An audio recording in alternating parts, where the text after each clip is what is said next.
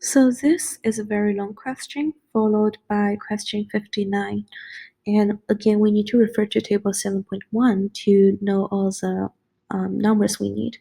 So pretty much what happens is we have this position of person based on figure 7.27. It can be found in the chapters. And we have this person doing this position, and we know this is 15 degree, and we're going to assume that this is the person, the body, upper arm, lower arm, hand, upper leg, lower leg, feet. We're going to assume the upper leg is horizontal and the lower leg and the feet is vertical, and we're also going to assume this is the right angle, and this whole thing is 15 degree. So we've done the calculation about the weight and the length of the upper legs and lower legs and feet in question 59. So now what we're going to do is we're just trying to find the upper body. So in order to find that, in the table, we already know that when a person stands upright, his hip joint is 52.1% from the floor, and the center of the trunk is 71.7 centimeter. 71.1 centimeter. So the difference of it is 19%. So we know that this distance is 19% of his total height. And same with the head, we know that his head, the center of head is 93.5% from the ground. So if we take the difference, we know that this distance is 41.4% the total height. So that gives us this equals 41.4% the total height of this person. And we also need to do shoulders because shoulder is where the arm is hanging. And the shoulder we previously had, the height of the shoulder is 81.2%. So the difference between the shoulder and the hip is 29.1. 29.1%. Okay, so there's that. So that's the length we are looking for. And now we need to look for the length of the arm, and because we have three parts: the upper arm, the lower arm, and the hand. So again, in the question we know that the shoulder is 81.2%, and from table 7.1 that we know the upper arm, the center of upper arm, is 71.7%. So the difference is this distance is 9.5%, the total mass of it. And this part, we know it's 55.3%. So this difference is 25.9%. So this is the percentage of the total height of this person. So this is 25.9. And at last, the hand, we know when the hand is hanging, this distance is 43.1%. So this whole difference is 38.1%. Or if we mark it on the plot, this is 38.1%. So from that, finally, we have everything. We have all the lengths, and then we can also find the percentage of mass from the table. And we know we don't actually have a horizontal line. Yes, okay. So let's have a table. We have the upper leg.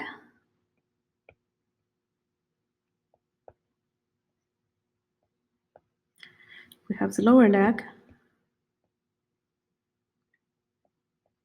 We have the feet. And then we have the trunk, we have the head, we have the upper arm, lower arm, and we have the hands. Great. And we have already calculated the distance from this line. We only need to know like the center of mass in the vertical direction. So that's a relief. We know the upper leg is horizontal, so it's 0. The lower leg we already calculated in the previous section that it's 10.3% is how far the center of mass is from the horizontal line.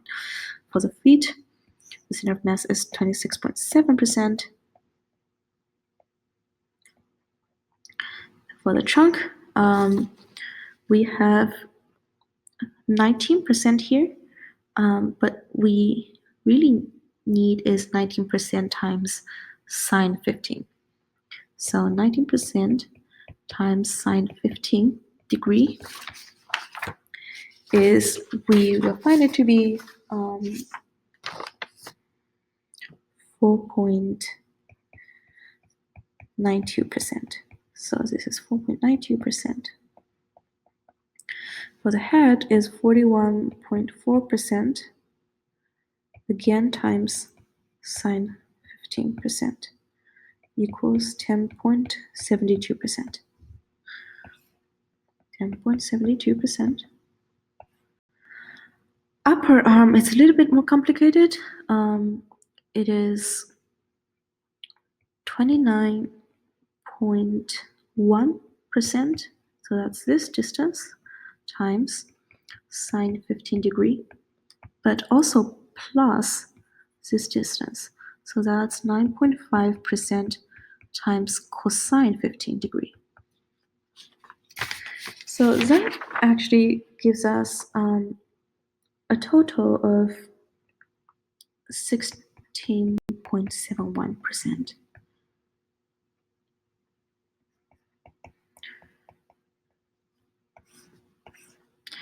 And the same for the other two. So this is the same. It's this plus you change this 9.5 to 25.9, and that gives you 32.55. And for the hands, it gives you 44 times 33. So it's the same equation except that you exchange this 9.5 with 38.1. So that is the length of each part to the horizontal line as a percentage of the total height of the person. And then from the mass can be found from the table directly. It's 21.5 degree percentage, and lower leg 9.6%, the feet 3.4%, trunk 46.1%, head 6.9. These are all just directly from the table. Upper arm 6.6, lower arm 4.2, and hands 1.7. So great, this is all the y we want, and this is all the m we want. And in order to find the center of mass, all we need is to add these up. So we have y center of mass equals all of these y times its corresponding mass. So this is a notation that pretty much means, say, 0 times 21.5% plus 10.3% times 9.6% plus 26.7% times 3. So it pretty much you multiply each pair over here and sum them up. And you divide it by all the mass. So you divide it by everything adding up here. So what you will finally get, you will get a number that should be equal to around 8.1%. So the center of mass is actually around 8.1% of the full body height below this line. And if this person is, say, 1.7 meter, then 8.1% times 1.7 meter is around 14 centimeter. So this is around 5.5 inch, and it's maybe like here, it's slightly outside of your body.